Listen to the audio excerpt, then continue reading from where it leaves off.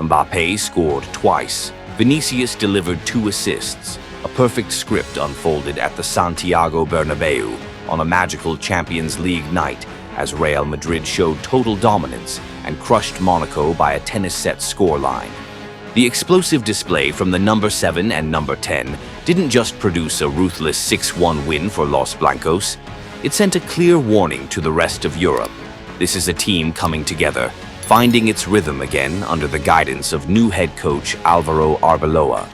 It was arguably one of Real Madrid's most one-sided performances of the season so far, a night where every element of attacking football was on full display, played with freedom, confidence, and emotion in front of a packed home crowd. For Mbappe, this match carried extra meaning. Monaco was where his elite journey began, the place that first introduced his talent to the European stage. But the Champions League leaves no room for nostalgia. From the opening whistle, Mbappe played like a leader, not a returning guest. Every movement had purpose. Every touch came with intent. In Arbeloa's system, he wasn't just the highest point of the attack. He was the link between speed, space, and tempo. Real Madrid started at a high intensity, but never in a rush. They kept the ball, attacked down both flanks, and constantly stretched Monaco's defensive line. Camavinga dropping in at left-back allowed Vinicius to be fully unleashed in attack, while Valverde balanced defensive work with support going forward. That structure laid the foundation for an early breakthrough. Just over 4 minutes in, a sharp move down the right was executed with precision. Mastantuono stayed calm before cutting the ball inside. Valverde turned smoothly to receive it, and Mbappe finished first time from the edge of the box. No extra touches, no unnecessary flair. A clean right-footed strike that flew into the corner, leaving the Monaco goalkeeper helpless. It was a goal that screamed elite-level killer instinct. That early opener allowed Real Madrid to fully control the game. Monaco were forced to push higher up the pitch and increase their pressing in search of an equalizer. At times, the League One side played with real aggression and created a few moments that demanded focus from Courtois. But they couldn't sustain that intensity, and gaps kept appearing at the back. Real Madrid didn't need to raise the tempo. They waited patiently and punished every mistake at the right moment. In the 26th minute, the same pattern played out once again, and it felt almost routine. Arda Güler picked up the ball in midfield, took a quick glance up, and slipped a perfectly weighted through pass straight through Monaco's back line. Vinicius burst down the left, kept it simple, and squared the ball across the box with the outside of his foot.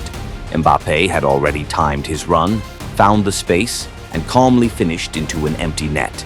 The brace was completed before the half-hour mark, and Real Madrid already had one hand on the result. Conceding a second didn't break Monaco's spirit. To their credit, they kept fighting and even had moments that made the Bernabéu sit up. In the 31st minute, Tez saw his shot crash off the crossbar. Shortly after, Courtois had to be at his best to deny Akliouche, but that was as far as Monaco could go. Individual efforts weren't enough to hide the clear gap in structure and squad quality. After the break, there was no drop in intensity from Real Madrid. They stayed in control, kept their shape, and continued to attack relentlessly down both flanks. Early in the second half, Vinicius once again became the difference maker. From inside the box, he played a perfectly timed pass for Mastantuono, who raced through and fired a low finish across goal to score his first ever Champions League goal at just 18 years old. It was a reminder that this Real Madrid side isn't built only on established stars, but also on a clear and confident next generation. Monaco collapsed completely just minutes later. Trying to deal with another dangerous cross from Vinicius, Thilo Kehrer lost his footing and turned the ball into his own net. The own goal summed up the visitors' state of mind. They couldn't live with the pace anymore and were constantly reacting rather than controlling. Real Madrid's left flank became a nightmare, with Vinicius stretching the defense and creating space for teammates arriving in the middle. In the 63rd minute, Vinicius finally got his goal. Winning the ball high up the pitch, he drove straight through the center, brushed off the challenge, and smashed a shot into the roof of the net. It capped off a near-perfect night for the Brazilian, creator and finisher in one. Real Madrid were in complete control by then, but they still refused to slow things down. Monaco grabbed a consolation goal in the 72nd minute after a careless pass from Ceballos, which Tees punished with a clean finish past Courtois.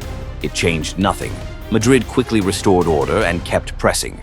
Jude Bellingham put the final stamp on the night, dribbling past the goalkeeper before rolling the ball into an empty net to seal a commanding 6-1 victory.